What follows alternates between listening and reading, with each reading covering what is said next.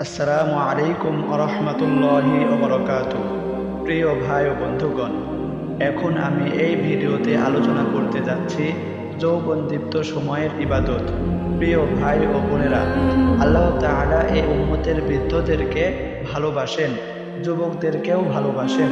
যখন কোনো যুবক আল্লাহর ইবাদতে মশগুল হয়, নিজ যৌবনকে পবিত্রতার সাথে অতিবাহিত করে, ইবাদতের মধ্যে অতিবাহিত করে, তাহলে আল্লাহ তাআলা তাকে আরশের নিচে ছায়া দান করেন।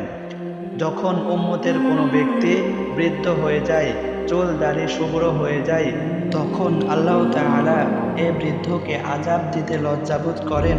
আল্লাহ তাআলা এই উম্মতকে কতই না ভালোবেসেছেন। সুতরাং আমাদের উচিত আল্লাহ তাআলা রব্বুল আলামিনের আনুগত্য করা, তার ইবাদত করে তাকে রাজি এবং খুশি করা। তো প্রিয় বন্ধু, আজকের ভিডিওটি এই পর্যন্তই। ভালো লাগলে একটি লাইক অ্যান্ড সাবস্ক্রাইব করে সামাজিক কাজে লেগে পড়ুন।